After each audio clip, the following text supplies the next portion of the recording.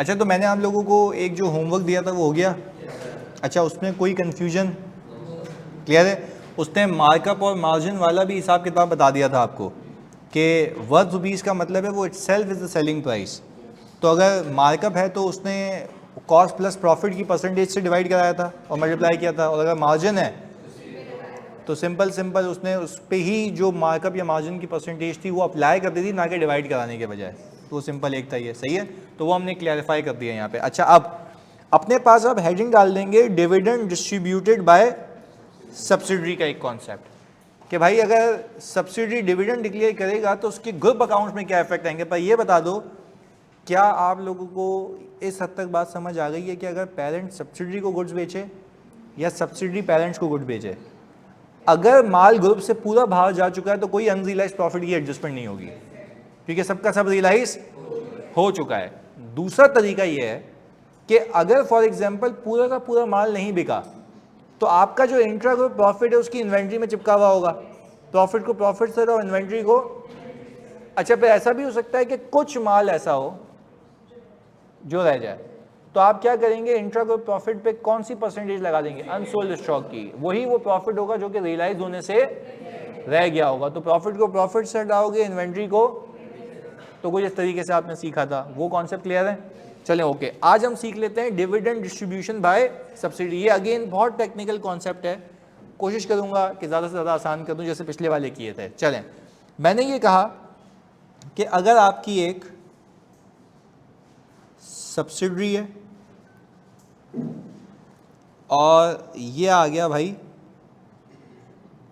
Parent, parent entity ने इस company के अंदर ओन किया हुआ है 80%। सही हो गया जी यहां तक? अच्छा, सब्सिडी ने किया ये कि डिविडेंड डिक्लेयर किया।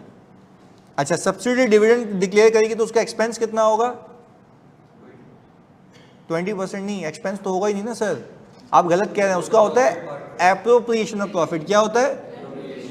अच्छा, तो हमने कहा ये आ गया रिटेन्ड अर्निंग डेबिट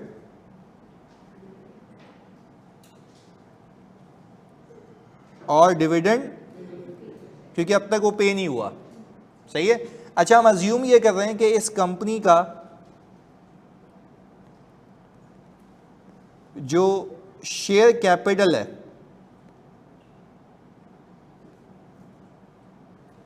वो 1 मिलियन है और डिविडेंड दिया गया है कोई 10% का, तो 1 लाख रुपए का इसने डिविडेंड डिक्लेयर किया है। अब इस कंपनी के इस सब्सिडी के दो मालिक हैं, एक पेरेंट, दूसरा एनसीआई। एनसीआई की तो आप सिर्फ अकाउंटिंग करते हो ना, उसको प्रेजेंट करने के लिए, कोई नाजायज बात ना हो। एग्रीड है? आए देखें गेम क्या होता है आगे। हुआ ये कि मैंने यहां पे एक एंट्री बनाई, डिविडेंड रिसीवेबल डेबिट और डिविडेंड इनकम क्रेडिट। सही बनाई है? पूरी क्यों नहीं बनाई? 80% है ना। देखो, कंट्रोल का होना अलग बात है, राइट तो मेरा 80% ही है। तो वो कंपनी जो भी बांटेगी सेपरेट बुक्स के हिसाब से, उसका मेरे पास तो 80% ही आएगा। देखो, दोनों अपनी अपनी अकाउंटिंग अपने हिसाब से करते हैं ना। वो सेपरेट बुक्स हैं, ये सेपरेट बुक्स है। सारी पंचायतें शुरू तब होती हैं जब कंसोल होता है। याद करो, पहले दिन से इन्वेस्टमेंट को हटाते हो, कॉस्ट पे असल एसेट लायबिलिटी लेके आते हो, कॉस्ट प्लस प्रॉफिट पे एनसीआई को रिकॉर्ड करते हो, कॉस्ट पे फिर उसका प्रॉफिट देते हो उसको। कितने मसले हैं यार। और फिर इंट्रा को प्रॉफिट भी डाल दिया था अभी, तो रिसीवेबल को रिसीवेबल से हटाओ, पेबल को पेबल से हटाओ, प्रॉफिट को प्रॉफिट से हटाओ, उसके बाद ये भी है, उसके बाद फिर कुछ और भी है, उसके बाद फिर कुछ और भी है। तो ये है कंसोलिडेशन। पर होपफुली जब आप 5 पेपर करेंगे तो सबका सही होगा पहली अटैम्प्ट में, इंशाल्लाह देखते हैं भी वो। अच्छा खैर, अब ये तो हो गया हिसाब किताब पहले दिन का जब ये डिक्लेरेशन हुई है। क्लियर है? अच्छा, अब इस सीन से, पूरे सीन से हुआ ये होगा कि जब आपको दोनों की बैलेंस शीट मिलेगी, पेरेंट और सब्सिडरी की,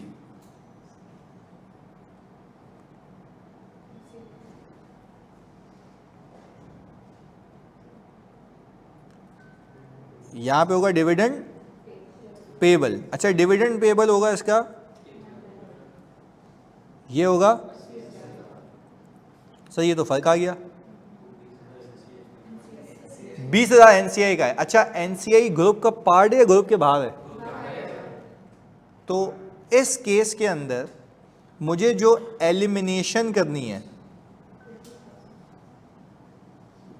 वो किस हद तक की करनी है? 80,000 की, 20,000 रह जाएगा। यानी मैं सबसे पहले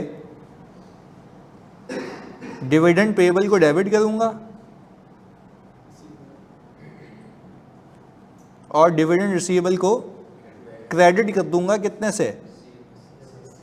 क्योंकि अपने आप से रिसीवेबल पेबल तो 80 है ना, बचेगा 20 और 20 जाएगा ग्रुप के बाहर, तो यही होना चाहिए। तो हमने ये सीखा कि अब तक जब भी सब्सिडरी डिविडेंड डिक्लेयर करेगी तो पेरेंट अपनी किताबों में उसका 100% नहीं रख के बैठा हुआ होगा, अपना हिस्सा रख के बैठा हुआ होगा। तो आपने जो रिसीवेबल पेबल की एलिमिनेशन करनी है वो अपने हिस्से की करनी है, बाकी रहने दोगे क्योंकि बाकी जाएगा ग्रुप के बाहर। ये तो हो गया हिसाब किताब, यहां तक कोई मसला? रिसीवेबल पेबल क्लियर होना चाहिए। ऑनलाइन मतलब प्लीज बता दो रिसीवेबल पेबल क्लियर है जल्दी से।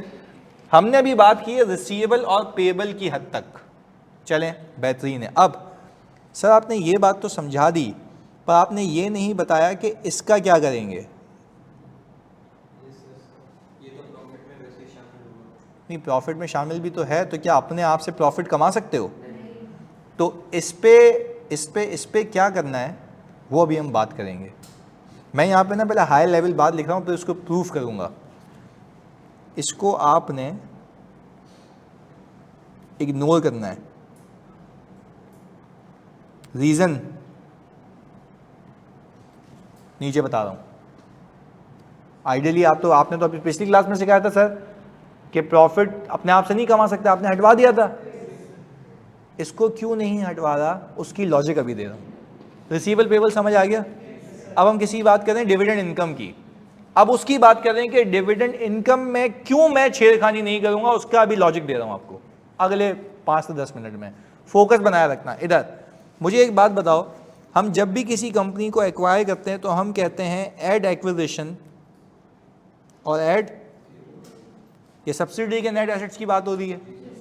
अच्छा, सब्सिडी के नेट एसेट्स के अंदर हमने कहा भाई आ गया आपका शेयर कैपिटल और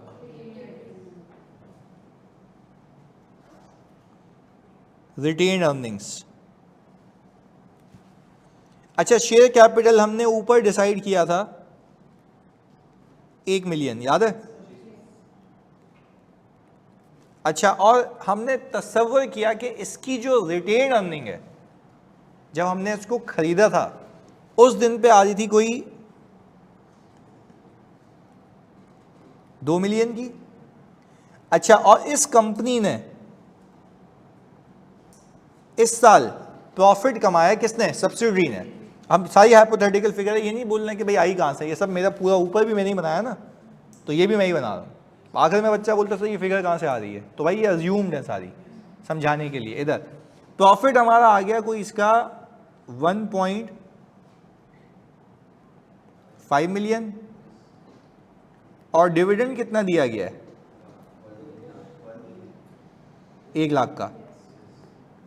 नेट कितना आ गया? 1. क्या इस बात को समझ पा रहे हो? ये 1.4 मिलियन इसमें ऐड हो जाएगा तो ये हो जाएगा 3 पॉइंट।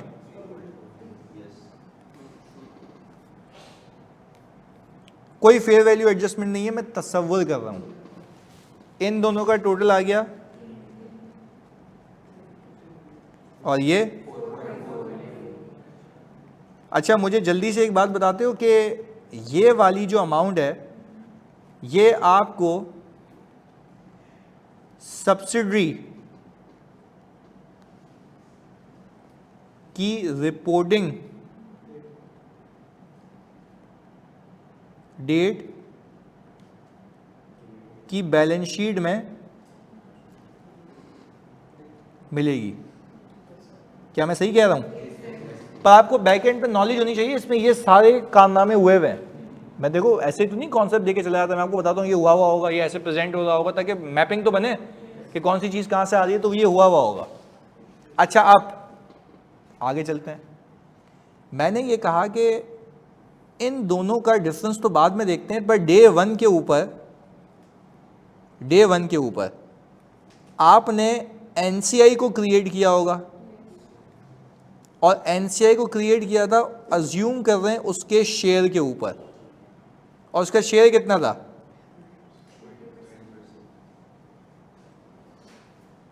6 लाख आता है, 3/60 है ना, 6 लाख आता है, देख लो एक बार, सही है, ओके। ये सारे कारनामे हो चुके हैं डे वन पे, अब हम रिपोर्टिंग पे आ चुके हैं। एग्रीड? कहानी समझ आ रही है? अच्छा, और हमने ये कहा कि जब मैं यहां पे ग्रुप रिजर्व बनाऊंगा तो रिटेन्ड अर्निंग ऑफ पेरेंट में मैंने कहा 80,000 की ये इनकम होगी, बाकी भी होगा, उसमें 80 ये भी होगा, उसमें 80 ये भी होगा। यहां तक हम अलाइंड है, ये हो चुका है। अच्छा, अब मैं अगर आपसे ये पूछूं समझने के लिए, इन दोनों का डिफरेंस आता है 1.4 मिलियन। इसमें से मैं थोड़ा सा और टेक्निकल जाऊंगा, थोड़ा सा और टेक्निकल चलते हैं। मैंने कहा अगर मैं ये 1.4 मिलियन यहां लिख दूं, अच्छा आप मुझे एक बात बताओ, इस 1.4 मिलियन को अगर मैं यूं लिखूं कि इसके अंदर 1.5 मिलियन का प्रॉफिट है और इसके अंदर 1 लाख नेगेटिव है, ऐसा है? ये कुछ इस तरीके से बना है, ये वाली अमाउंट, इसके अंदर 1.5 मिलियन का पॉजिटिव है और 1 लाख का नेगेटिव है। ये किसकी बुक्स में आया हुआ है? सब्सिडी की बुक्स में आया हुआ है। तो हमने इसको क्या किया, इसका ब्रेकअप यहाँ यूं बना लिया, थोड़ा सा इसको यूं ब्रेकअप बनाते हैं इसका।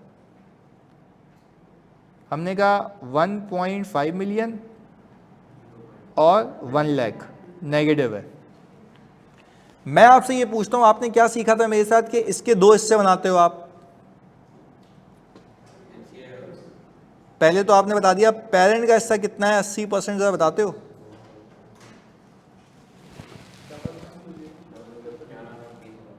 $11,20,000। एग्रीड? अच्छा, और इसका कितना आ रहा है? 280। यहां तक कोई मसला? ये 2 बातें हो गई, ये 280 आ गया, ये आ गया अमाउंट। अच्छा, अब मुझे बताओ, जब मैं 1120 को यहां पे लेके आऊंगा ना, किस नाम से? पोस्ट एक्विजिशन से, तो मैं यहां पे लिख रहा हूं 1120,000,000। अच्छा, अब मैं इसका ब्रेकअप बना रहा हूं, सुनना पहले तो 1.5 मिलियन पे मुझे बताओ 80% कितना है?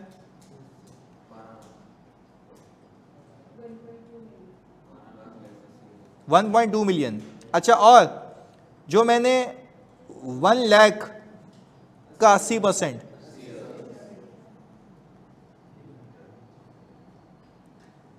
80,000 है।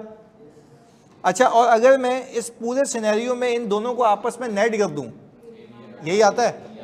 अच्छा, इसका मतलब यह है, मैं पूरे सिनेरियो में एक चीज समझाने की कोशिश कर रहा था कि जब सब्सिडी डिविडेंड डिक्लेयर करती है ना, तो उसके रिटेन अर्निंग में 1 लाख नेगेटिव होता है।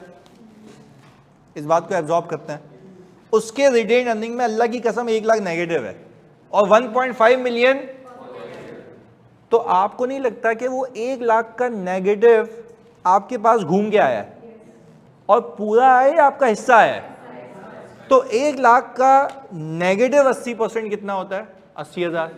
तो आपको नहीं लगता कि इस पूरे सिनेरियो के अंदर हमारे पास जो मेरा पॉजिटिव 80 है और वहां से घूम के जो 80 नेगेटिव आए, वो खुद ब खुद प्लस माइनस 0 हो गया है?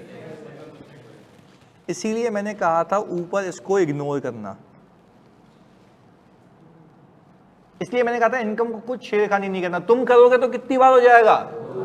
2 बार। देखो, यही तो सिखाना चाह रहा था भाई। इन्वेंट्री के केस में क्यों नहीं किया भाई? वो 0 नहीं हो रहा था, वहां पे हमने खुद किया था।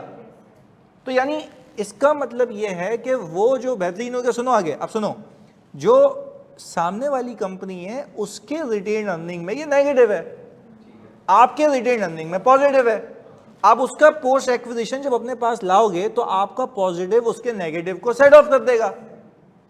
होना कितना चाहिए? जीरो। है भी कितना? जीरो। बात खत्म हो गई। एग्री करते हो इस बात को? देखो भाई, ये डिविडेंड किसने डिक्लेयर किया मेरे भाई? तो उसके रिटेन अर्निंग में से कितना माइनस हुआ? पर क्या वो पोस्ट एक्विजिशन में जो तुम्हारा 1.4 है, तुम सब बताओ मुझे, क्या पोस्ट एक्विजिशन 1.4 में 1 लाख नेगेटिव इंपैक्ट भी है? और तुम अगर इसको ब्रेक करके देखो तो तुम्हारे पास वैसे तो 1120 आ रहा है, पर 1120 में से 80 माइनस हुआ है, नेगेटिव इंपैक्ट है, और तुम्हारे पास उसी का पॉजिटिव इंपैक्ट है। तो प्लस माइनस क्या हुआ? नेट ऑफ हो गया। चलो तुम्हें हाई लेवल बात बताता हूं और इससे तो समझ आएगा। कहने का मतलब है, आप अज्यूम करें कि पेरेंट एंटिटी ने इसके अलावा कुछ भी नहीं कमाया, पेरेंट एंटिटी ने इसके अलावा, सोच के जवाब देना मुझे, अज्यूम कर रहे हैं कि पेरेंट एंटिटी ने इस डिविडेंड के अलावा, तो मेरी रिटेन अर्निंग में तो वो आने ही नहीं चाहिए ना, क्योंकि ग्रुप में तो जीरो है वो। तो सिंपल की बात कर रहा हूं, सिंपल, मेरे ग्रुप रिजर्व में कितनी इनकम आनी चाहिए? जो पोस्ट एक्विजिशन नहीं है, जो सब्सिडी की दी गई एक्चुअल इनकम है, कमाई हुई, वो कितनी है? 1.2 मिलियन। 1.2 मिलियन। वापस से थोड़ा दिमाग पर जोर लगाते हैं ना, कच्चे दिमाग हैं, सुनते हैं। मैं कह रहा हूं कि आप अज्यूम करें कि मैंने जो बिजनेस किया पूरा साल, उस पूरे बिजनेस में मैंने कुछ भी नहीं कमाया दुनिया से, सिर्फ एक डिविडेंड कमाया, वो भी किससे? वो भी ग्रुप के हिसाब से कमाई नहीं है, तो वो तो एलिमिनेट हो जानी चाहिए ना। तो अल्टीमेटली ग्रुप के हिसाब से देखो तो मुझे सिर्फ वो मिलना चाहिए जो सब्सिडी का मेरा हिस्सा है, सब्सिडी का मेरा। अच्छा, 1.5 मिलियन पे लगाओ 80%, तो आप जरा इन दोनों को टोटल करोगे ना, यही तो आ रहा है। आप बस बोल रहे सब्सिडी जो कमाया वही कमाई आ रही है, बस लंबी नहीं कर रहे। यानी आप अगर अपनी कमाई को, मैं एग्जांपल दे रहा हूं, आपने जो सब्सिडी से कमाया 80,000, उसको तुम कमाई तो नहीं मान रहे ना, कि डिविडेंड नहीं मान रहे उसको। अगर होता तो तुम 1.2 मिलियन से भी ऊपर निकल जाते। इसने उसको क्या किया? उसका नेगेटिव है, प्लस माइनस जीरो हो गया, और रहे उतना क्या जितना रहना चाहिए। यानी इफेक्टिवली सब्सिडी की कमाई का तुम्हारा हिस्सा, इफेक्टिवली सब्सिडी की कमाई का हमारा हिस्सा। पहले बताओ बात समझ आ रही है? तभी मैंने कहा था कि आप ऑल टुगेदर जब इसकी अकाउंटिंग कर रहे होगे तो इनकम को नहीं छेड़ना। तुम करोगे तो बेवकूफी हो जाएगी। कितनी बार हो जाएगा? वो ऑटोमेटिकली सेटअप हो गया, जीरो हो चुका है। क्लैरिटी है? पक्की बात है? जानी क्लियर है? पक्की बात है? जानी ये जो 80,000 आ रहा है, ये पहले से हमारे प्रॉफिट में शामिल था ना, जब उसने डिविडेंड डिक्लेयर किया था। उसने जब डिविडेंड डिक्लेयर किया था तो हमने इनकम बुक कर ली थी ना, तो वो तो पहले से रिटेन अर्निंग हमारी रिटेनिंग में शामिल है, पर उसकी रिटेन अर्निंग में नेगेटिव है, वो भी 1 लाख। तो हमारे पास 80 क्यों आ रहा है? हम तो शेयर लाते हैं ना, तो उसका नेगेटिव वही और मेरा पॉजिटिव वही, प्लस माइनस जीरो हो गया। तो हम कह रहा हूं इनकम में छेड़खानी करना ही नहीं, क्योंकि कुछ अनरियलाइज बचा ही नहीं। मानते हो बात को? कुछ अनरियलाइज, तो कुछ अनरियलाइज इसलिए नहीं बचाना क्योंकि वो जीरो हो चुका है। इन्वेंट्री के केस में क्यों हटा रहे थे? क्योंकि ग्रुप से, अच्छा ये भी तो ग्रुप से बाहर नहीं निकला। यस, एक की रिटर्निंग में नेट हुआ है, दूसरे में पॉजिटिव, तो प्लस माइनस वो मैथमेटिकली जीरो हो रहा है। तो आपको मजीद कुछ करने की नीड नहीं है। तो पहले बता दो, क्या इस हद तक, पेरेंट की हद तक बात समझ आती है? क्लैरिटी है? कोई सवाल? ये जो आपने इसको बोला था इग्नोर करना 80,000 को, इसमें आप रीजंस का वर्ड बता सकते हैं ताकि रीजन इसका ये था कि एक की रिटेन अर्निंग में ये नेगेटिव है, सब्सिडी की रिटेन अर्निंग में ये नेगेटिव है, एंड पेरेंट एंटिटी की रिटेन अर्निंग में यही।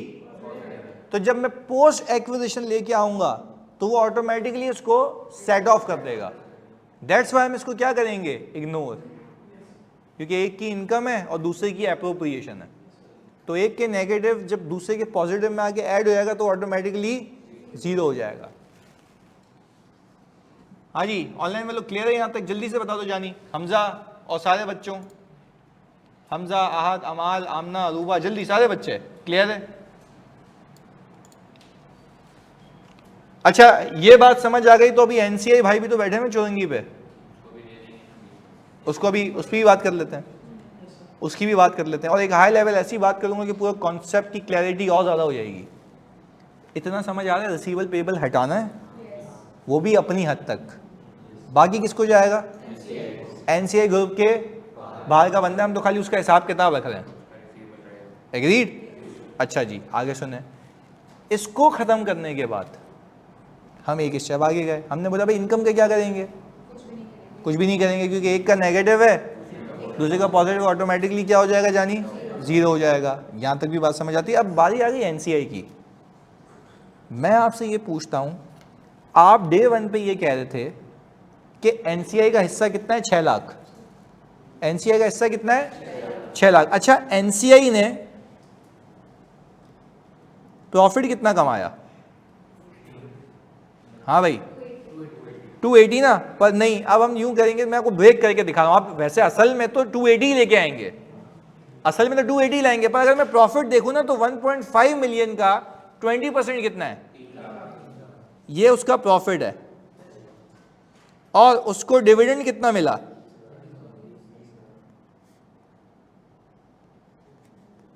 ये कितना हो गया? ऊपर भी कितना आ रहा था? अच्छा अब एक हाई लेवल बात करते हैं, पहले इसका टोटल बताओ फिर बात करेंगे आगे। हाँ भाई 880 आ गया। हाई लेवल बात करें, तुम्हें अगर ये बात समझ आ गई, मैं बोलूँगा तुम्हें ग्रुप अकाउंटिंग आ जाएगी, मतलब ये फाइनल तक भी नहीं पता होती है, सुन लेना इधर। पता है हो क्या रहा है इससे? हो ये रहा है कि तुम इसको अगर ग्रुप देखते हो ना, तो ग्रुप के अंदर पेरेंट सब्सिडी तो एक ही यूनिट है, बाहर का कौन है?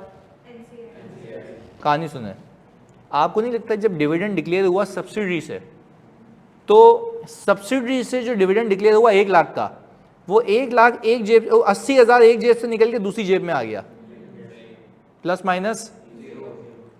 तो जो असल ग्रुप से पैसा जाएगा 20,000 है। तो आपको नहीं लगता कि टेक्निकली ओवरऑल में फिर रिपीट कर रहा हूं, टेक्निकली अगर आप हाइपोथेटिकल अजम्पशन लगाएं तो ओवरऑल जो एंट्री बची है ना, वो ये बची है एनसीआई डेबिट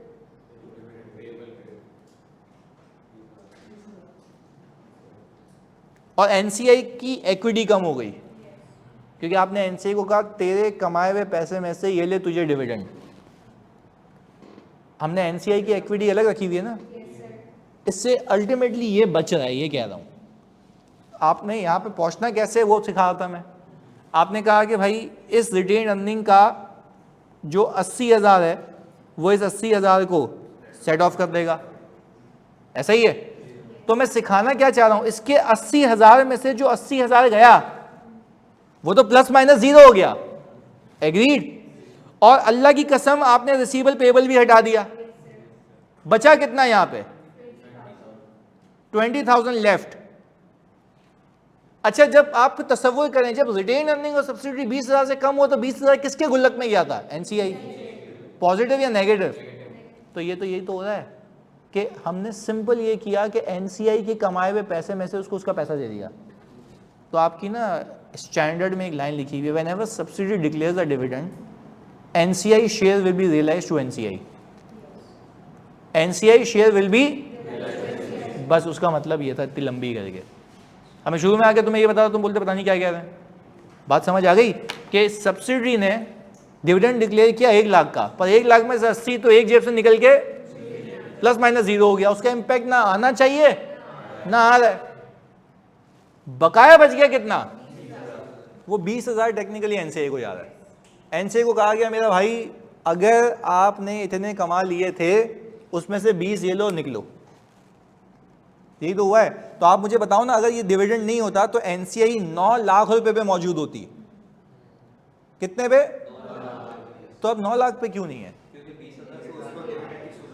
तो उसको डिविडेंड की सूरत में मिल गया ना। तो हमने क्या किया, पूरे ग्रुप की एक इक्विटी कम हुई है एनसीआई, और हम भी तो यही कह रहे हैं, यही तो बचा है। एनसीआई डेबिट, डिविडेंड पेएबल पर क्या ये एंट्री आप बना रही हैं ऑटोमेटिकली ये बचेगी? ये सारी हरकतें करने के बाद ये बचेगा, ये सिखाना चाह रहा हूँ। क्लियर है? जल्दी से कॉपी कर दो उसको जी। तो रियलाइज हो गया ना बेटा, कमाए 3 लाख है, उसमें से 20,000 उसको घर दे दिया हमने, ले जाओ, बाकी इक्विटी में जमा हो गए। ऐसा है? तो हम जो ये 280 निकाल के ला रहे हैं ना, ये अनडिस्ट्रीब्यूटेड प्रॉफिट है। कौन सा प्रॉफिट है? तो 20 क्या हुआ? लंबी करनी है तो प्रॉफिट को अलग डालना, डिविडेंड को अलग माइनस करना, या सीधा सीधा भी चले जाओ तो बात एक ही है, पर you know at the back and के चल क्या रहा है। चलें इसको कॉपी करें। ऑनलाइन वाले बच्चों ने जल्दी बता दो, बात समझ आती है? अगेन ये बहुत कॉम्प्लेक्स था, पर बताओ भेजे में फिक्स हो गया कि किस तरीके से लेके चलना है। जल्दी कॉपी करें इसको। क्लियर है? बेहतरीन।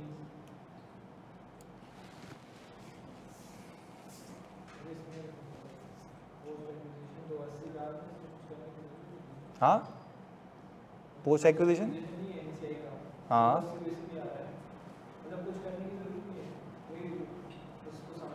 बस। अब मैं आगे तुम्हें कहूँ कुछ भी नहीं करना तो तुम बोलोगे पता नहीं क्यों कह रहा है कुछ भी नहीं करना। अब समझ आ गया ना कि क्यों कुछ भी नहीं करना। यानी आपने सिर्फ क्या करना है पता है? अच्छा समरी क्या है इसकी? रिसीवेबल पेबल को हटाना है, पैसे बांटने हैं, बाकी सब खुद ब खुद। यानी यूं कहें सब्सिडी के डिविडेंड डिक्लेयर करने से आपस का वैसे ही सुलझ जाता है, एनसीए को एनसीए का पैसा और उसका पेबल रह जाता है। तो आप अपना रिसीवेबल पेबल हटाओगे तो उसी का रह जाएगा। बस इतनी सी कहानी है। सही है? हाँ शाफी बिल्कुल सही कह रहे हो। स्टॉक के अंदर तो मार्कअप अभी रियलाइज नहीं हुआ था, वो अभी भी वैसा का वैसा ही मौजूद था, इसलिए हमने उसको क्या किया था? हटाया था। और मैंने आपको रिटेन अर्निंग बना के भी बताई थी, याद है कि रिटेन अर्निंग में वो जीरो हो ही नहीं रहा था, क्योंकि एक का पॉजिटिव दूसरे का नेगेटिव था ही नहीं। यस, तो वो तो अभी भी मौजूद था वो। अच्छा रियलाइज क्या बोला था? अच्छा हाई लेवल बात कर रहा हूँ, जब ग्रुप से बाहर बेचेगा तो वो COGS चार्ज करेगा ना? हाँ हाँ हाँ, सामने वाला दूसरा बंदा जब बेचेगा आगे तो प्लस माइनस जीरो हो जाता है, और जो रियलाइज होना होता है वो हो जाता है। देखो लॉजिक तो ये है ना कि जब तक उसने COGS चार्ज नहीं कराई तो आपका प्रॉफिट उससे नेट कैसे होगा? बाकी तो ऊपर की कमाई है, वो तो मैं भी मानता हूँ, आप भी मानते हैं। हम कौन सी नहीं मानते? आपस वाली। और आपस वाली सेटल आउट कब होती है? जब वो बेच दे। तो सीधी सी बात है, तुम्हारे प्रॉफिट की वो कॉस्ट चार्ज करा देगा तो प्लस माइनस क्या हो जाएगा?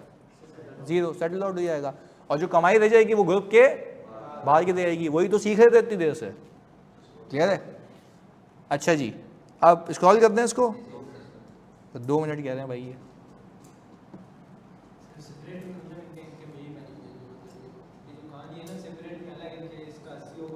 हाँ सेपरेट में तो ये अपनी पूरी अकाउंटिंग करेंगे ना।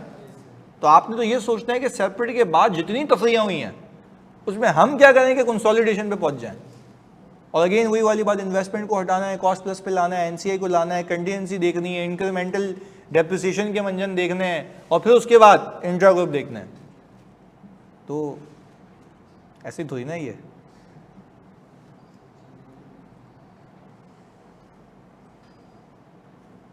इस बार बच्चों ने दिल्ली मारा था ये।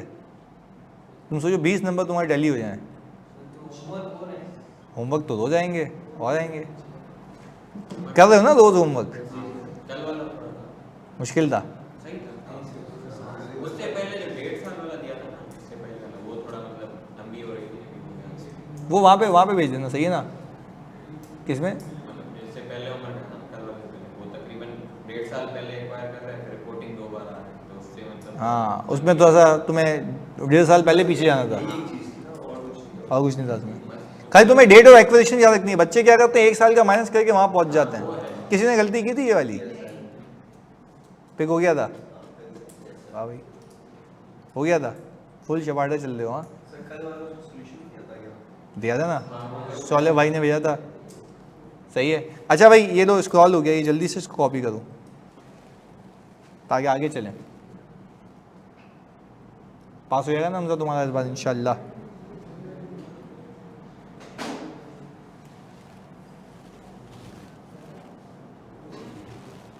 भाई तुम लोगों ने बुक के सारे सवाल किए? 60-70 प्रैक्टिस क्वेश्चंस हैं। तुम्हारी सोच देखो, when you are craving for the practice तो भी करो ना उसमें से। रोज मैं तुम्हें बता रहा हूँ, तुम्हारा revision is all about not revising the journal, it's about कि doing a single question of each topic daily. आपका कोर्स इतना ग्रिप में रहेगा, आपकी सोच है। आपको ये वो हो ही नहीं ना कि मुझे रिवाइज करना है, रोज तो अप्लाई कर रहे हो। फिर एक दिन ऐसा रख लो हफ्ते में इसमें से जनरल घुमाना है बस, बाकी सिर्फ लिखना है। Same is the case with audit as well, सिर्फ लिखो, सवालात करो। अभी से बता रहा हूँ तो बहुत टाइम है, अभी तो फंस जाओगे, बता रहा हूँ। इतने देखो 60-70 सवाल, मुझे बच्चा आखिर में आके कहता है मैं तो हमेशा डिस्करेज करता हूँ बेंचमार्क सवाल देते, मैं कभी मनाई, मैं तो कभी नहीं देता बेंचमार्क सवाल। भाई आपका दिमाग उस बात को एक्सेप्ट कर लेता है कि भाई इससे बाहर कुछ नहीं आएगा, वो मैं नहीं चाहता। मुझे तो हमेशा ऑडिट में, तुम देखो ऑडिट में मैं अपने नए सवाल बना के कराता हूँ और इतने खतरनाक कराता हूँ, वो बोलते हैं सर ये बेंचमार्क है, बोलते हैं ये भी बेंचमार्क नहीं है। पर तो आ तो कुछ भी सकता है ना, तो अपने दिमाग को एक्सेप्टेबिलिटी में नहीं लाओ कि यही है बस। आप बोलो भाई हाँ मैक्सिमम प्रैक्टिस कर रहे हैं, कुछ ना कुछ कर लेंगे, बस ये होना चाहिए। तो प्लीज़ मेरी रिक्वेस्ट है यार, keep on solving the questions, सही है, वो बहुत लाजमी है। चले भाई, ये हो गया जानी, ये तो तुम खुद भी कर लोगे, तो तुम्हें नॉलेज हो चुकी है ना। जल्दी बिल्कुल जानी कराएंगे हमजा भाई। अच्छा वैसे सबसे इंटरेस्टिंग अब तक के तीसरा चल रहा है तुम्हारा मेरे साथ, कौन सा IFRS 9 लीजेस या ये सबसे मजे का ही है, टेक्निकल है पर सबसे मजे का ही है। अच्छा हाँ,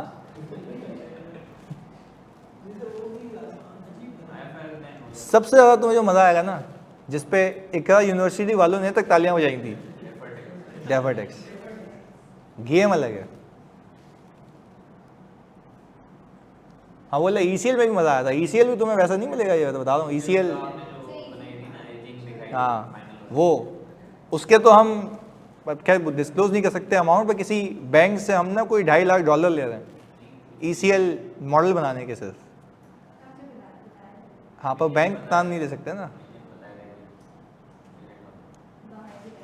यस ये सीखनी है तुम लोगों ने गेम्स।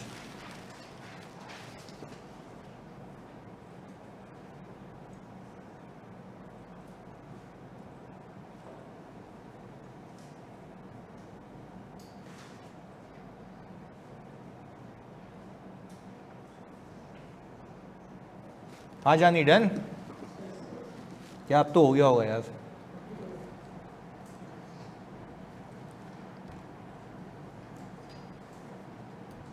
लिखा हुआ तूने पूरा, फिर जानू लिख ले, टाइम बचा, रात को प्रैक्टिस किया कर। मतलब वैसे सजेशन है, बाकी अप टू यू।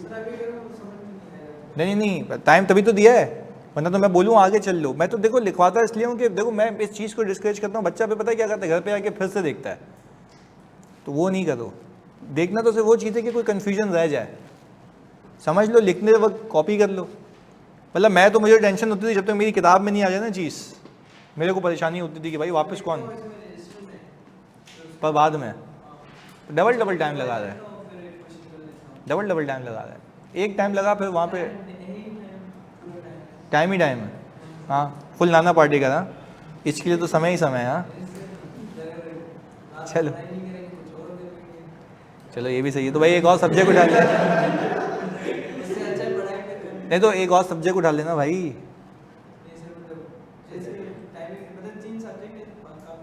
चलो सही है, तीन रह गए बस।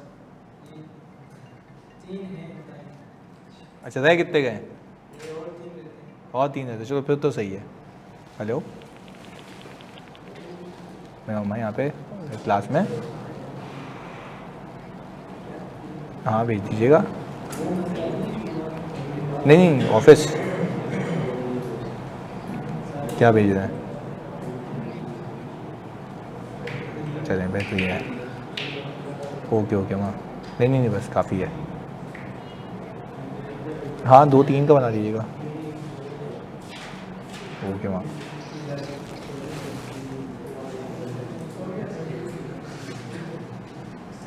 वो अलग अलग करते हैं ना इसलिए हमजा, इसके नीचे कुछ भी नहीं है। सही, आगे चलें भाई।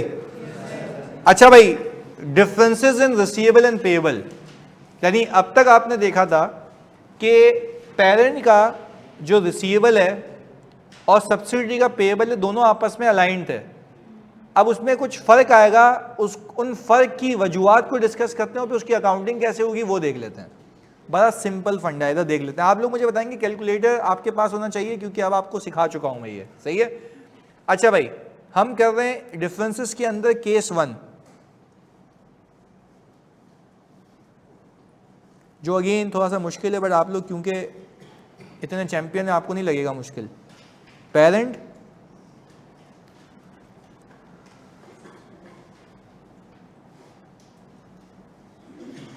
सब्सिडरी।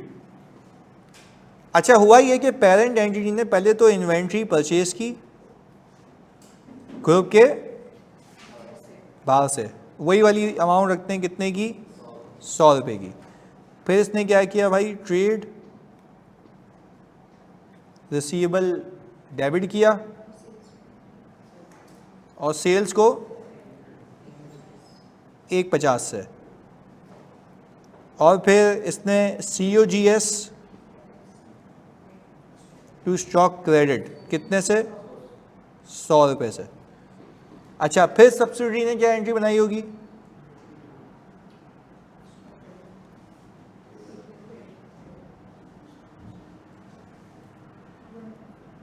150 से। अच्छा, फिर इसने किया ये कि जो हिसाब किताब है इसने, मैं थोड़ा सा कॉम्प्लेक्स बनाते हैं ताकि आप भी खुद सोच के बताओ मुझे ना, केस बना देते हैं। इसने किया ये कि इसमें से ऑल टुगेदर कोई 50% माल बेच दिया, तो इसका 50% कितना आता है, 75।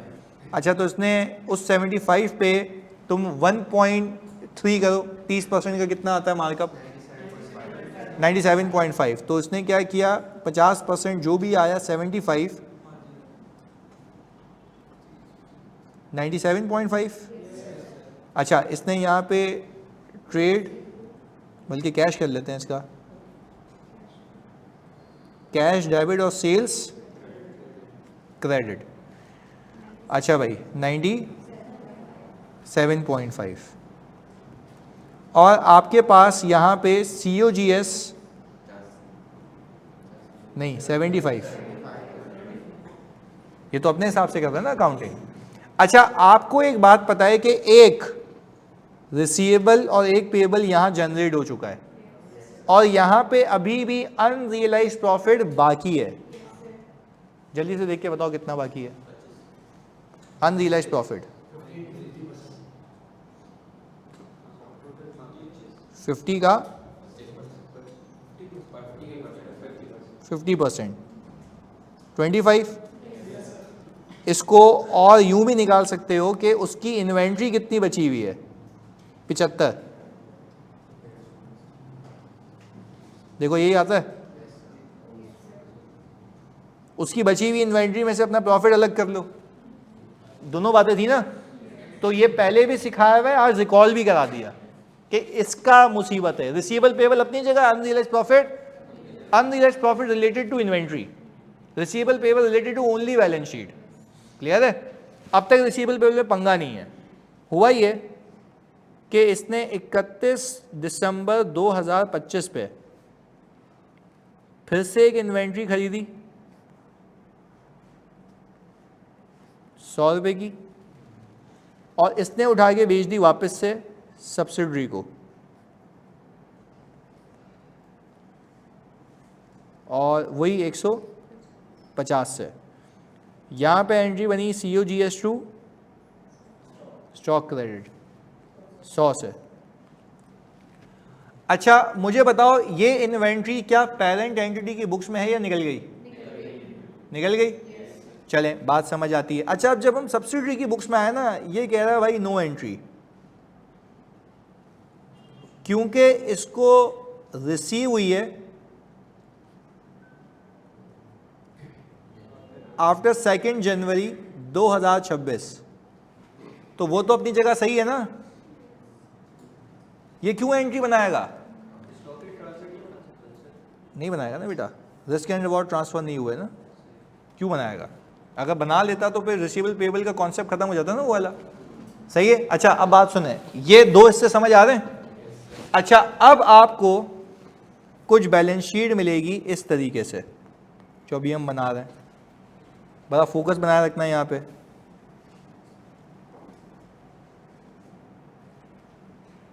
पेरेंट आ गया, सब्सिडरी आ गई, रिसीवेबल 300 क्यों, दोनों मिला के ना, चलें सही कह रहे हैं आप।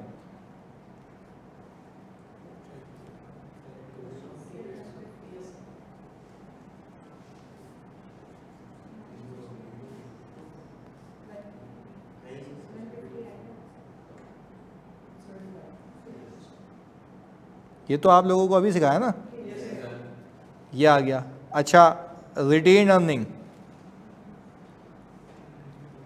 इसका जो है ना पेरेंट एंटिटी का,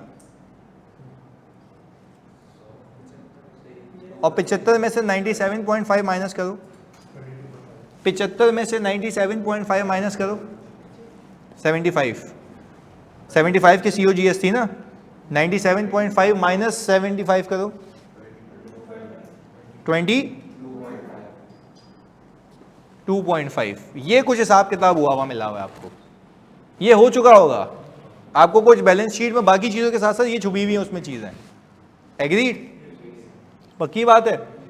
अच्छा अब एक एक करके मुझे बताओ, क्या अनरियलाइज्ड प्रॉफिट का मसला है? बिल्कुल है, सही है। तो मुझे एक बात बताते हो, पहले तो मैं यहाँ पे क्यूमुलेटिव एंट्री बना रहा हूँ उस अजम्पशन के साथ कि तुम बहुत चीते हो चुके हो, नहीं समझ आएगा तो मैं ब्रेक भी कर दूंगा। पहले तो अपने आप से रिसीवेबल पेबल नहीं दिखा सकते, कितने से हटा दिया, क्योंकि 300 पूरा मुझसे ही है। अच्छा फिर मैंने ट्रेड पेबल,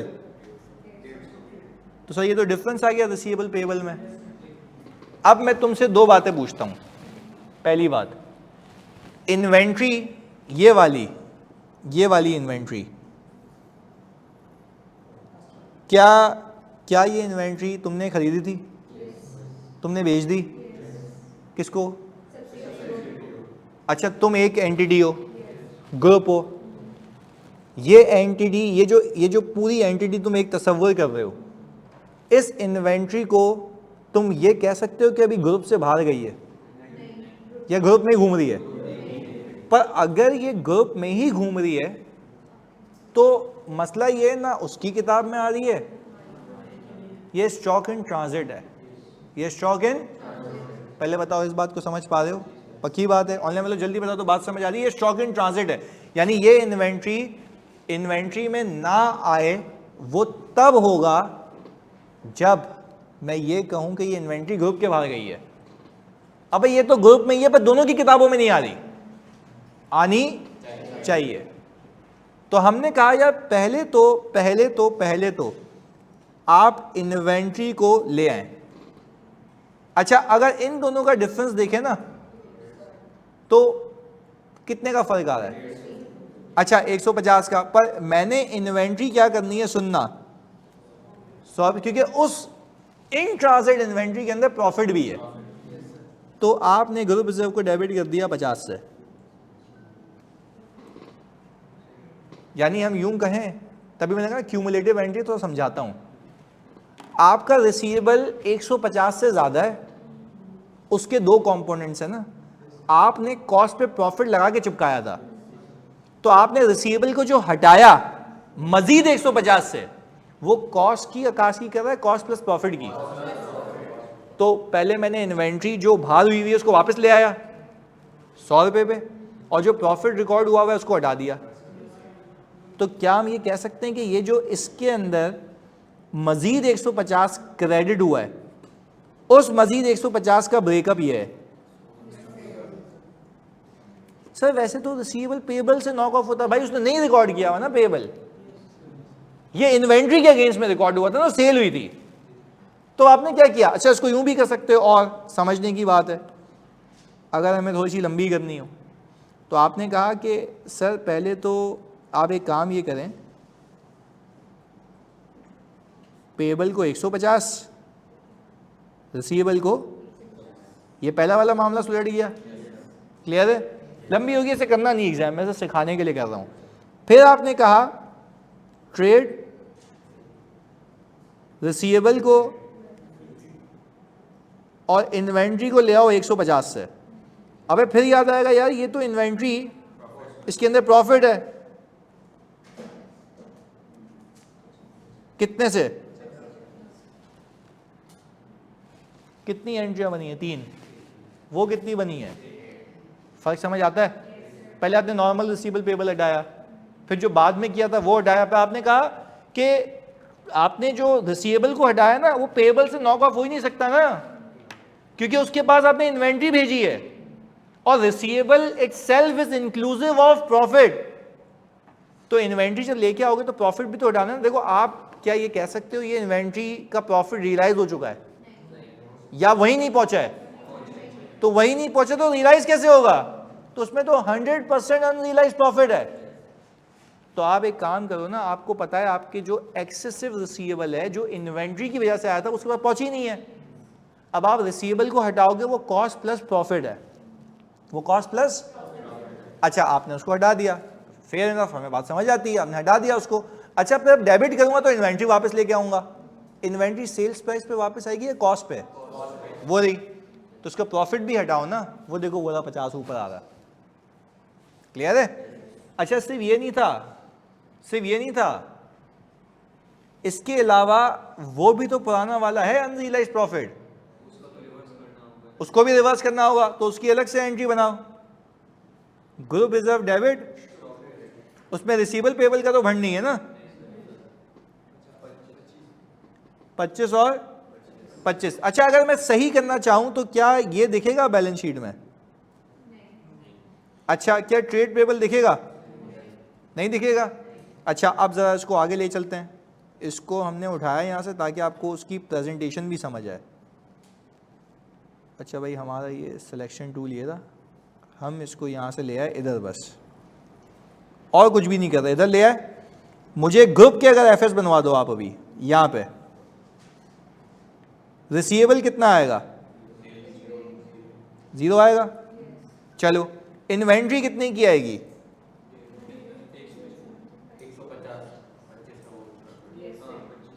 75 में 25 ज़्यादा है, 25 हटा दिया और 100 ले आए, क्योंकि इन्वेंट्री आप 100 की लाए थे ना ये वाली, और 100 की लेके आए थे तो होनी भी 100 पे चाहिए, तो प्रॉफिट रियलाइज क्यों नहीं हुआ?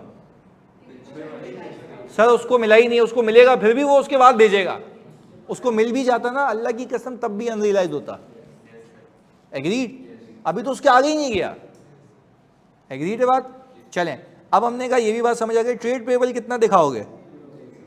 अच्छा ये 100 और 22.5 इनको प्लस करेंगे और इसमें से मुझे लगता है 50 और 25 माइनस करेंगे। स्टॉक समझा दूं? यूं समझ लो ये 75 पहली वाली सेल का पड़ा हुआ है, इसके अंदर आप लोगों ने कहा था सर 25 का अनरियलाइज्ड प्रॉफिट है।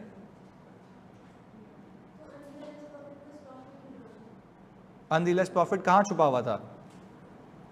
आपने जब पहली वाली सेल की थी उसको, तो आपका प्रॉफिट उसकी इन्वेंट्री में चला गया था?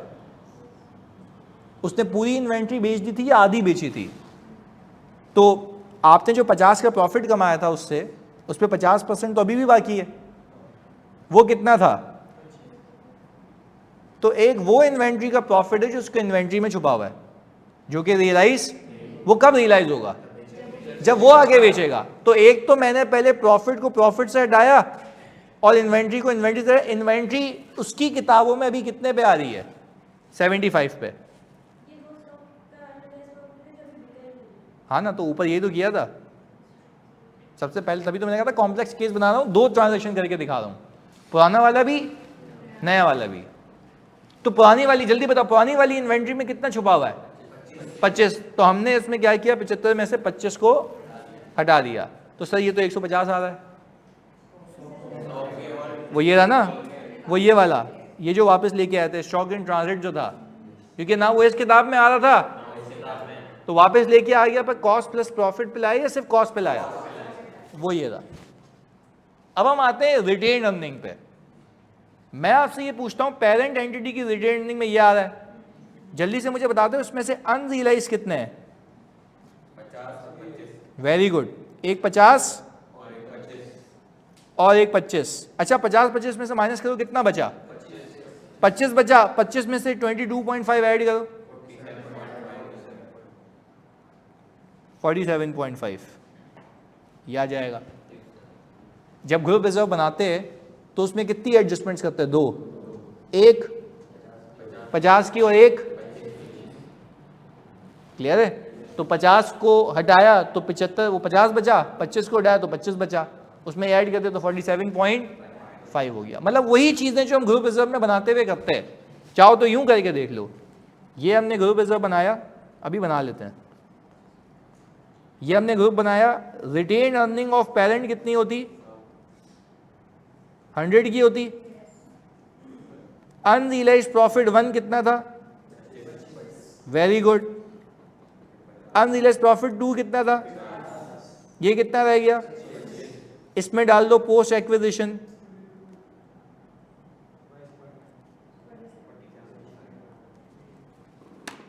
जो सब्सिडी वाला प्रॉफिट है वो तो जेन्युइन है ना, वो तो ग्रुप के बाहर का है, तो अनरियलाइज हमने हटा दिया। क्लियर है? ये अकासी होती जब वैसे भी कर रहे होते आप। क्लियरिटी है? छापो इसको जल्दी से, इसको दूसरी सेल को देखो, सिंपल रखो ना। ये रहा, आपने 100 की चीज खरीद के 150 का बेचा था, 50 के प्रॉफिट को रख के, सही है? मैं आपसे ये पूछता हूं, क्या ये 50 का प्रॉफिट आप अपनी सेपरेट बुक्स में रिकॉर्ड कर चुके हो मजीद? अब क्या ये सामने वाले को रिसीव होके बाहर जा चुका है या सामने वाले को रिसीव ही नहीं हुआ? तो इसका मतलब है ये तो पूरा का पूरा अनरियलाइज है। इसी वजह से मुझे बताओ रिसीवेबल पेबल में फर्क आया था? आपका रिसीवेबल कितने से ज्यादा था? 150 से, और उसका पेबल कितने से कम था? तो ये देखो ना, पहले मैंने क्या किया, आपने रिसीवेबल को पूरा 300 से उड़ा दिया, एग्रीड, और उसके पेबल को, तो फर्क आ गया 150 का। हम ढूंढ रहे हैं ये कि यार ये क्या चल रहा है, 150 का फर्क क्यों? आपको याद आएगा कि एक इन्वेंट्री हमने 100 की खरीद के 150 पे बेची थी, तो मैंने रिसीवेबल बुक कर लिया और उसने पेबल बुक, तो उसने गलत किया हुआ है ना, तो उसने सही किया हुआ है। तो आपको याद आएगा भाई यार ये तो फिर सही है ना। मसला ये है कि इन्वेंट्री वापस लेके आओ, क्योंकि ग्रुप की इन्वेंट्री बिकी नहीं है तो किताबों में दिखनी चाहिए। तो आपने पता है क्या किया, आपने रिसीवेबल को हटाया मजीद 150 से, वो ये लिख दिया साइड में मैंने। ऑनलाइन वाले पहले बताओ, बात समझ आती है? मैं जल्दी सब के सब एक साथ बताओगे। 150 मैंने अलग से लिख दिया, 150 मैंने अलग से लिख दिया। फिर मुझे याद आया 150 तो अक्कासी कर रहा है सेल्स प्राइस की। इन्वेंट्री को लेके आऊंगा कितने पे? कॉस्ट पे। वो कितनी थी? तो उसके अंदर 50 का है बाकी। तो अच्छा अब मैं तुमसे पूछता हूँ, वो प्रॉफिट को प्रॉफिट रहने दूं या उसको भी उड़ा दूं? क्यों? और कितना परसेंट अनरियलाइज है? 100% अनरियलाइज है, क्योंकि वो रियलाइज तो तब होगा जब उसके पास पहुंच के आगे जाए, वो तो उसको मिला ही नहीं है। तो आपने उसके प्रॉफिट को भी उड़ा दिया। ये रहा, एक तो ये हो गया, या तो आप ये लंबी कर लें, पहले पहला वाला रिसीवेबल पेबल हो रहा है, और इसी रिसीवेबल पेबल के एवज जो पुराना वाला था आप ग्रुप रिजर्व डेबिट करें, और स्टॉक को कितने से? 25 से ना, यही है ना, ये स्टॉक को कर दें क्रेडिट। अच्छा अब आपने कर लिया ये पहली ट्रांजैक्शन की अकाउंटिंग। कौन सी ट्रांजैक्शन की? अब आपको पता है दूसरी ट्रांजैक्शन में आपने एक सेल्स बुक की, प्रॉफिट बुक कर लिया। अब मैं यहां पे पीएनएल सही नहीं कर रहा, बैलेंस शीट आइटम सही कर रहा हूं। तो कहने का मतलब ये है कि मेरा रिसीवेबल 150 से ओवर स्टेटेड है, उसके पास उसका पेएबल ही नहीं है। तो पेएबल इसलिए नहीं है ना क्योंकि उसके पास तो पहुंचा ही नहीं है। तो अब मसला आ रहा है स्टॉक में, ना इसकी किताब में, तो ग्रुप का ही है ना, तो ग्रुप में दिखाओ। तो मैं वापस ले आया 150 पे, फिर मुझे याद आया यार ये तो प्रॉफिट के साथ है, और इन्वेंट्री के अंदर अनरियलाइज्ड प्रॉफिट होना, तो उसमें से 50 वापस से अलग कर लिया, वो ये रहा। अब इन्वेंट्री 150 पे आके वापस 50 से कम होकर कितने पे आ गई? तो हमने भी कितने पे दिखाई है? वही 100। सर वो तो 150 आ रहा है।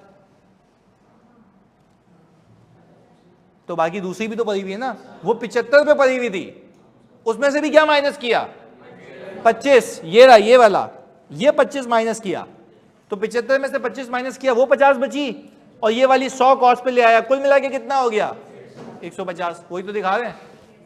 ऑनलाइन वाले बच्चों जल्दी बताओ, बात समझ आ रही है? अंजिला बात समझ आ गई? 22.5 रिपीट करते हैं बेटा, 22.5 ये रहा। सब्सिडी ने सेल्स की थी 97.5 की, उसने सीओजीएस कितनी चार्ज की थी, तो कितने की आपके पास कॉस्ट आ गई? हाँ बंद कर दो, बंद कर दो, सही है। तो पहले बताओ जीपी समझ आता है कि कितने का आ गया 22.5 का? पहले बताओ बच्चों, बात समझ आ रही है? हसन यार मैं ऑनलाइन वाले सब बच्चों से पूछ रहा हूं, जल्दी से बता दो क्या ये कॉन्सेप्चुअली पूरा केस क्लियर है? मैंने इसमें हर चीज डाल दी है कि पहले बेचा बाद में बेचा, रिसीवेबल पेबल का डिफरेंस। सिर्फ इतना याद रखो कि अगर लव यू टू भाई, अगर आपने ऑल टुगेदर पूरा हिसाब किताब देखना है ना कि आपके रिसीवेबल पेबल में फर्क आ सकता है, तो आप बोलेंगे रिसीवेबल पेबल में फर्क आ सकता है जब मैंने इन्वेंट्री बेच दी हो और उसके बाद रिसीव, तो आपको फिर एक दिमाग में क्लिक होगा कि यार मैंने जब इन्वेंट्री बेची तो मेरा रिसीवेबल उसी अमाउंट से ज़्यादा होगा, मैं रिसीवेबल को कम करूंगा तो मुझे सामने पेबल ही नहीं मिलेगा। मैं बोलूँगा पेबल मिलना भी नहीं चाहिए, उसको तो मिला ही नहीं है, तो अब इन्वेंट्री गायब है ना, इधर आ रही है तो ग्रुप की, तो वापस लेके आओ। तो मैं बोलूँगा वापस लेके आऊँगा तो वो तो प्रॉफिट के साथ आ जाएगी। मैंने कहा चलो सही, लंबी कर लो, प्रॉफिट के साथ रिकॉर्ड कर लो, प्रॉफिट अलग कर लेना, या कॉस्ट पे रिकॉर्ड करो, प्रॉफिट को वैसे ही एलिमिनेट कर दो। बात समझ आती है? जल्दी कॉपी करो उसको, सवाल करें डायरेक्ट, नहीं करना कॉपी है, कर लो।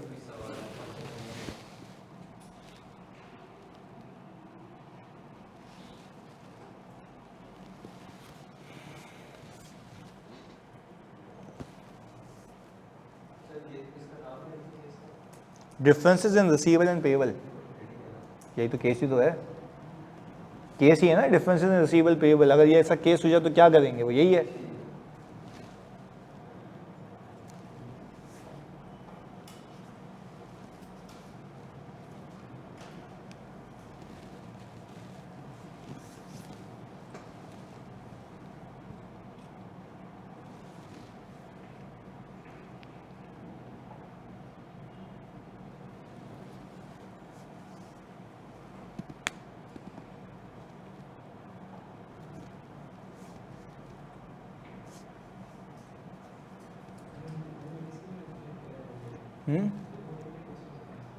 दिन में इसके एक, रोज एक, कंसोल का रोज एक।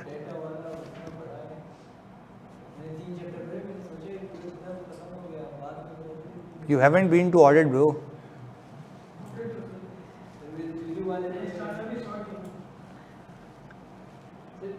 नहीं ऑडिट से तो प्रैक्टिकल है, data is a bit theory, but ये तो ऑडिट तो पूरा प्रैक्टिकल है। वो रिपीटेशन है डेटा में, मैंने देखा, मैंने सबसे डिस्कस भी किया था, वो बार बार वही चीज़ आगे जाके वही बात पे दूसरे तरीके से बता रहा है। मतलब वो तुम्हें वैसे काम आएगी कि तुम्हें डेटा सैनिटीज़ पता होंगी, कौन से डेटा के क्या मतलब है, कहाँ से क्या मिलता है, तो वो तुम्हें हेल्प होगी आगे कि किस ऑर्गेनाइजेशन में किस तरीके का डेटा होता है, उसके लिए वो ऐसा नहीं है। वो फर्म में जाके सीख लेगा ना, पर वो तुम्हें वहाँ पे जाके पता लगती, तुम्हें खाली यहाँ पे पढ़ाई जा रही है डेटा।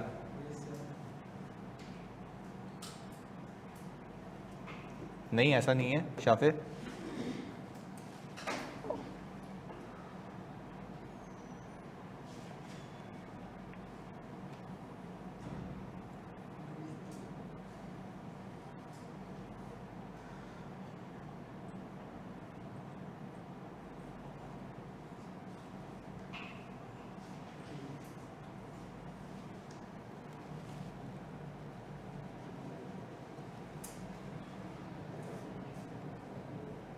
एक बच्चा ऑडिट के ग्रुप पे लिख रहा है, sir can you please explain internal audit.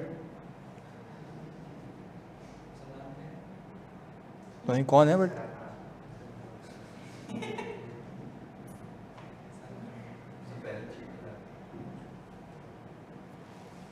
Balance sheet हो गया।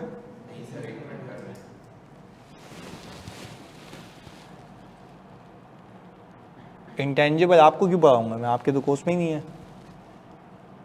इंटेंजिबल तो उतना उतना बताऊंगा ना जितना जितना कहीं कहीं आएगा, कंसोल में तो बताया ना, अब तो तुम्हारे कोर्स में नहीं है ना।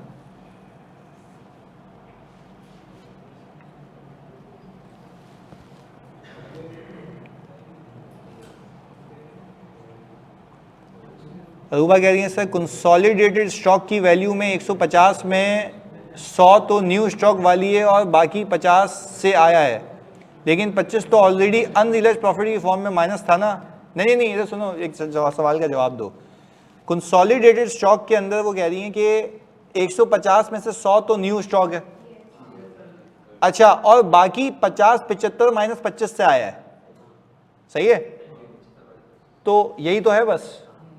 इसके अलावा 25 तो रियलाइज हो चुका है ना, तो जब एक चीज रियलाइज हो चुकी है तो उसको माइनस करेंगे या वो है ही नहीं, है ही नहीं। और वो बात समझ आ रही है, जो है ही नहीं तो उसको और क्यों माइनस करूंगा।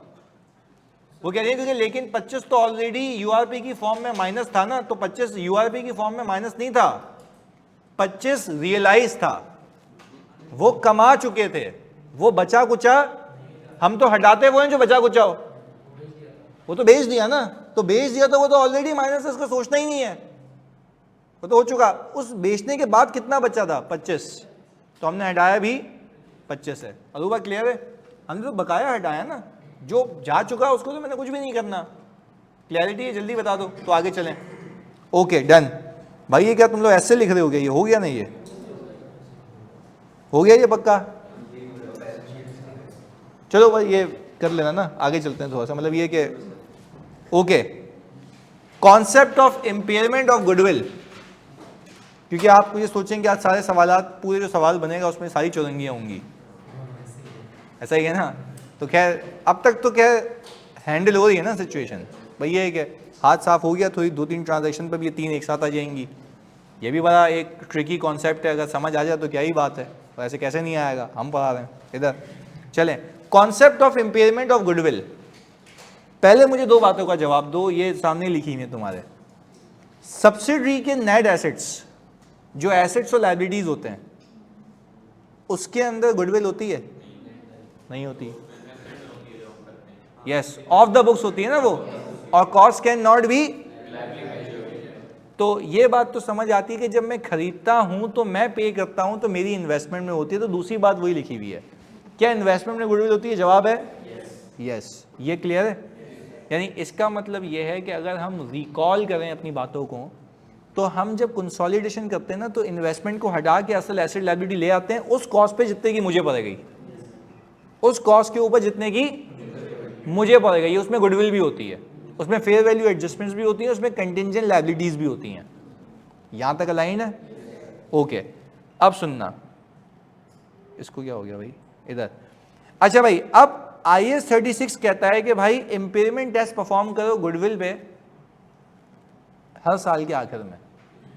कैसे करेंगे वो भी सिखाता हूं, और आपको सवाल में कैसे गिवन होगा वो भी बताता हूं। अभी हम पूरा स्ट्रक्चर बनाते हैं ना, मैं बोलता हूं सवाल में ये होगा, ये कर लेना, तो पीछे बैक एंड में नॉलेज देता हूं कि ये चल रहा होगा, आपने ये करना है, तो वो सारी बातें। इधर हमने ये कहा कि तसव्वुर करें कि आपने एक कंपनी खरीदी एट एक्विजिशन, तो आपने कहा भाई उसका शेयर कैपिटल कोई 10,000 है,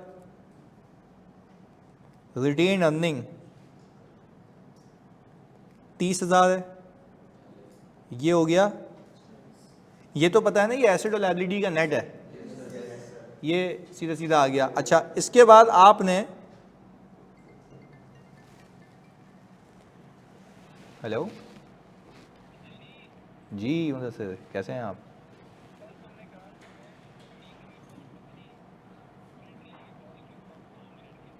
अरे आई लव यू। अभी मैं करता हूँ, अभी बस क्लास से निकल गया ना, आपको कॉल कर रहा हूँ, और मैं आपको वो रिपोर्ट भी भेज रहा हूँ ना आज, मैं आपको 2 बजे तक भेज दूंगा वाली रिपोर्ट, IFC वाली। शायद को मैंने कॉल की, शायद को मैंने वो किया है, ईमेल की है सुबह सुबह। हेलो जी शायद भाई, कैसे हैं?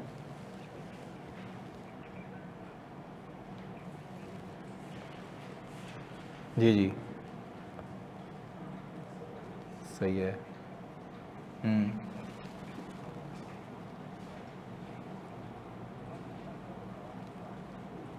आज आपको कमिटमेंट, सुने तो सही, आप सुने तो सही, अरे बात तो सुने शायद भाई, आई लव यू मैं कह रहा हूँ, आज आपको मिल जाएगा।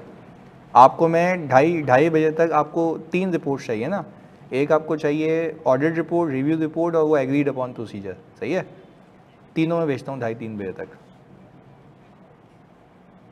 यार आज आपको मिल जाएगा। मैंने देखा आपको सुबह, अरे मैंने सुबह आपको क्या बोला है जी। अच्छा मैं पहले ना क्या बोलते हैं ऑफिस पहुंच के ना, मैं शाहिद भाई का पहले 3-3:15 तक ना ये रिपोर्ट वाला काम कर लूँ, फिर मैं आपको कॉल कर लेता हूँ, सही है?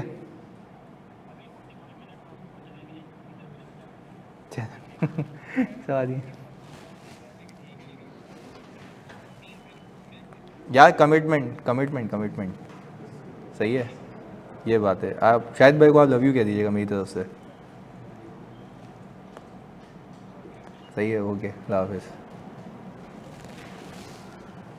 वो यहाँ पे देखो पीटीसीएल वालों को अपनी कंप्लेंट करें, बोले सब अपना नेट ठीक करवाएं इनसे। अरे भाई इधर देख ले, इधर। अच्छा भाई बिल्डिंग, हमने कहा क्या, हमने बिल्डिंग की एडजस्टमेंट की है कोई 5,000 रुपये की, ये हमारे पास कुल मिला के कितना आ गया 45,000, क्लियर है? अच्छा अब आपने कहा कि यार डे 1 पे आपने जो इन्वेस्टमेंट की थी और कैश को क्रेडिट किया था, ये शेयर होल्डर को दिया होगा ना? ससुर है, ये तो उठानी पड़ेगी। हेलो जी मामा, ले गया कार वो? अच्छा चलें, सही बात हुई है आपकी, जी सही है, सही है। तो बाकी खैर है ना, आपका भी तो खर्चा हुआ होगा, हाँ ना, बस हुआ होगा ना ऊपर नीचे कुछ, सही है। नहीं वो तो मैं दे दूंगा उसको, वो उसको खाली वो उसमें से उसको 1000 रुपये दे दीजिएगा, मुझे खा ले कुछ।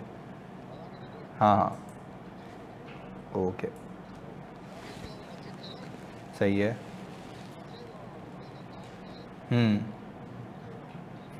चलें, ओके, मैं आज करा दूंगा, ओके। अच्छा भाई तो आपने यहाँ पे ये कर लिया 52,000।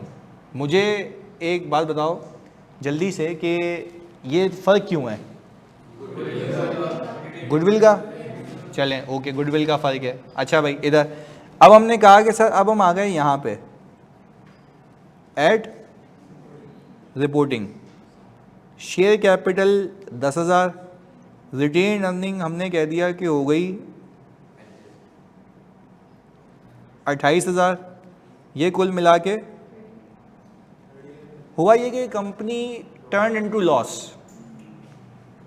जाहिर सी बात है मार्केट में फिर इसकी वैल्यू कम होगी, तो इम्पेयरमेंट का खर्चा है, ऐसा है? चलें आगे सुनेंगे, यहाँ तक तो बात समझ आती है। अब हमने कहा इसकी लाइफ जो है अज्यूम कर रहे हैं हम 10 साल है, तो यहाँ पे आ गया 4500, ये कितना आता है मेरे बच्चों? 42। अच्छा जब आप इन्वेस्टर होते हो ना, ग्रुप को देख रहे होते हो, तो मैं यहाँ पे एक चीज़ लिखने लगा हूँ, ये जो पूरी सब्सिडरी है ना आपके लिए कैश जनरेटिंग यूनिट है। आप देखते हो being a owner of the group कि मेरी पूरी सब्सिडरी क्या वैल्यू लूज करेगी, तो आप पता है क्या करते हो, रिपोर्टिंग डेट पे इसके एसेट्स और लायबिलिटीज उठाते हो, मतलब सर इक्विटी उठा लूं, हाँ या नहीं? तो आपकी इन्वेस्टमेंट में मैं आप सबसे पूछता हूं, आपके पास जो ये कंसोलिडेट होगा आगे, सोचने वाली अहम बात है, आपके पास जो ये कंसोलिडेट होगा तो आपकी इन्वेस्टमेंट की रिफ्लेक्शन थी ना, कि आपने इन्वेस्टमेंट को हटाया और एसेट लायबिलिटी, मजे की बात पता है क्या है, अब जब आप इन्वेस्टमेंट को हटाओगे ना आपको एसेट लायबिलिटी कम के मिलेंगे, क्योंकि उस इन्वेस्टमेंट में कुछ वैल्यू लूज हो चुकी है। पहले क्या होता था, इन्वेस्टमेंट में वैल्यू बढ़ जाती थी तो ग्रुप रिजर्व में प्रॉफिट ऐड होता था, अब लॉस ऐड होगा, लॉस जो हो चुका, लॉस जो हो चुका, कॉस्ट माइनस लॉस, कॉस्ट। पहले बताओ दोनों में फर्क समझ आ रहा है? अच्छा, इससे ना ये जो अल्टीमेट ओनर है उसको रिस्क हुआ, उसने बोला यार मतलब इसमें बाकी भी तो इम्पेयरमेंट हो सकती है, तो वो लॉस है जो मुझे दिख रहा है, ऐसा भी तो हो सकता है मार्केट में इसकी रिकवरेबल अमाउंट उससे भी कम हो जो एसेट लायबिलिटीज की किताबों में रिकॉर्डेड है। बात आई समझ? ये लॉस तो हो गया। अब हम कह रहे हैं कि ये तो कैरिंग अमाउंट है ना, हो सकता है मार्केट में इसकी recoverable amount, why I am telling recoverable amount, क्योंकि इम्पेयरमेंट के लिए क्या चाहिए, एक एसेट की पूरे सीजीयू की, सीजीयू में पूरी सब्सिडियरी के एसेट और लायबिलिटीज आते हैं। पहले बताओ ये बात समझ आती है? अच्छा, अब मैंने क्या किया, रिपोर्टिंग डेट के नेट एसेट्स पिक किए 42। अच्छा, मुझे याद आया इसके अंदर गुडविल तो है ही नहीं, कितने की थी? मैं अल्लाह की कसम खाने को तैयार हूं कि जब मैं कंसोलिडेशन करता ना, तो मेरी कंसोलिडेटेड बुक्स में एसेट और लायबिलिटी 42,500 के आते और मजीद 7,000, और ये भी आता ना 4,500 भी इसके अंदर 42 में शामिल है ना। तो आप यही कर रहे होते, ओवर एंड अबव सब लेके आते हैं, पर मुसीबत ये है कि यहां से यहां तक का लॉस कितना है, 2,000। यानी इस बात को मानते हो कि ये आपकी एसेट्स की वैल्यू में डिक्लाइन है, यानी आपने जितनी इन्वेस्टमेंट की थी ना, इसको यूं समझें, आपकी इन्वेस्टमेंट के अंदर जो नेट एसेट्स डे 1 पे थे वो 45,000 के थे, और गुडविल कितने की थी, कुल मिला के कितना था, यही था। क्या इस बात को समझ पा रहे हो? ये नेट एसेट्स 45,000 के एसेट लायबिलिटी को रिप्रेजेंट कर रहे थे।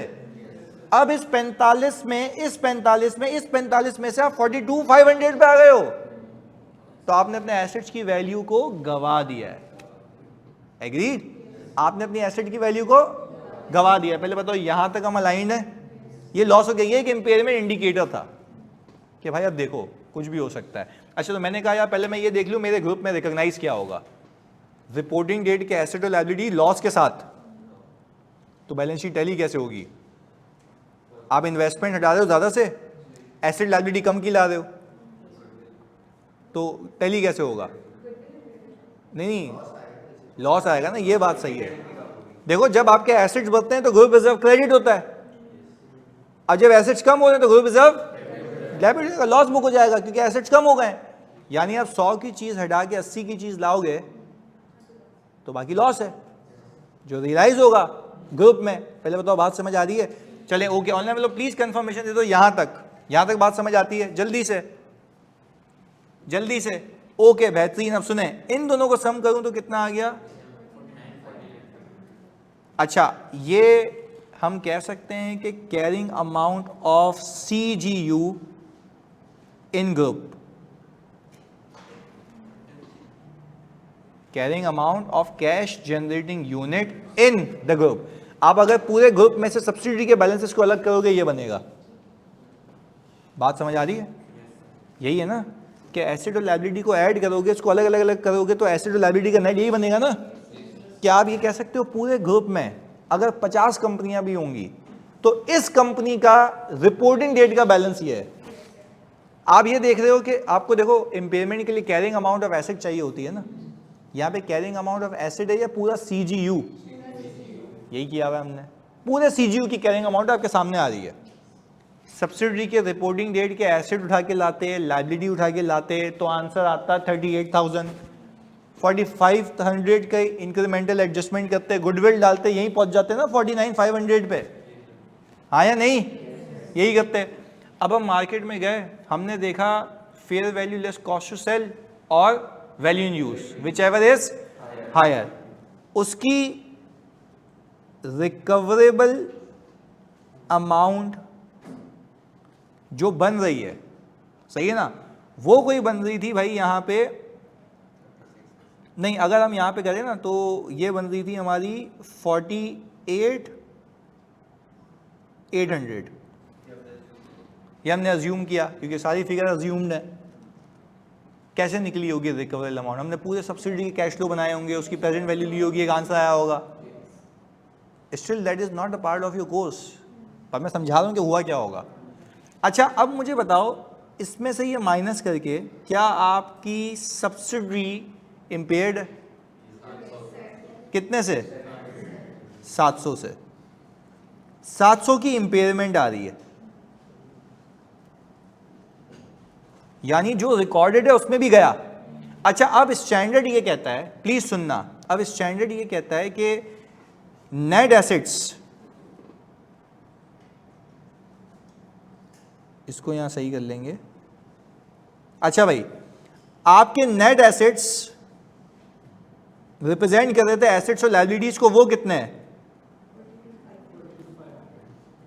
और गुडविल 7000 की। स्टैंडर्ड ये कहता है अगर आपने अपनी इन्वेस्टमेंट जो तुम्हारे ग्रुप में छुपी हुई थी, कैरिंग अमाउंट, उसकी इम्पेयरमेंट देखिए ना, सबसे पहले इसको आना, क्योंकि तुम्हारा नाम गया, ये इंक्रीमेंटल एसेट है ना। अब ये खत्म होता रहेगा, खत्म हो गया, अगर ये जीरो हो गया फिर बारी आएगी एसेट्स की। तो क्या हम वहां तक पहुंचे हैं या गुडविल तक महदूद हैं? आपको पता है एग्जाम में लिखा हुआ देगा goodwill has been impaired by 10%। कैसे निकली होगी वो? ऐसे कि 700 को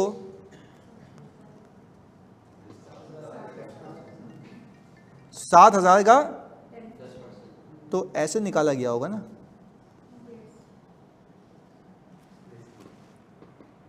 ये बताया हुआ होगा तुम्हें एग्जाम में। Whatever question you will be doing in your examination, you will always be given goodwill has been impaired by 10%, 5%। इसके पीछे मैकेनिज्म ये होता है कि पूरे सीजीयू को लाओ, देखो उसकी रिकवरेबल अमाउंट कितनी है, एग्रीड, और देखो रिकवरेबल अमाउंट अगर कम है तो आपका इम्पेयर्ड है। अच्छा, इम्पेयरमेंट सबसे पहले किसको एलोकेट होगी? क्योंकि ये तो एक्सेसिव एसेट था ना। पहले तो कोई भी सोच लो यार, कोई इंसानी दिमाग बोलेगा नाम ही खराब होगा, पहले गुडविल खत्म होगी। गुडविल खत्म हो गई, उसके बाद बारी आती है एसेट्स की, उस पर प्रोपोर्शनेटली एलोकेट हो जाता है। पर वहां तक बात पहुंचेगी नहीं, क्योंकि तुम्हारे कोर्स में वो इम्पेयरमेंट है ही नहीं, वो सीए फाइनल में है। पर तुम्हें गुडविल की हद तक समझ आता है? पक्की बात है। तो अगर आज के बाद तुम्हें ये लिखा हुआ मिले कि goodwill has been impaired by 10%, तो अब यहां से कहानी मिलाते हैं, मैं सवाल को क्लोज करेंगे। सुने, आपको नहीं लगता कि ये जो गुडविल आपने निकाली है कितने की? 7000 रुपये की। तो डे 1 पे ये गुडविल जो आपने रिकॉर्ड की थी, ये नेट एसेट्स में थी या ओवर एंड अबव आपने की थी? हेलो जी, वहाँ ले गया वो? जी जी जी लाल भाई, सही है, चलें आ जाए। Okay okay. अच्छा भाई, अब मुझे बताओ गुडविल जो आपने डे 1 पे निकाली थी वो कितनी थी? मैं आपसे पूछता हूँ, क्या ये सेपरेट बुक्स में थी या over and above consolidated books में हमने रिकॉर्ड की थी? अच्छा, अब इसमें आप क्या करेंगे? इम्पेयरमेंट पार्क करेंगे। कितने की? 700 की। अब आपकी बैलेंस शीट में कितनी बच गई? यार इसका मतलब ये कि आपका एसेट कम हो गया 700 रुपए से, तो बैलेंस शीट आउट हो गई। वेरी गुड, नीचे से। तो अच्छा, अब हम यहां पे लिख रहे हैं ओनली ग्रुप रिजर्व व्हेन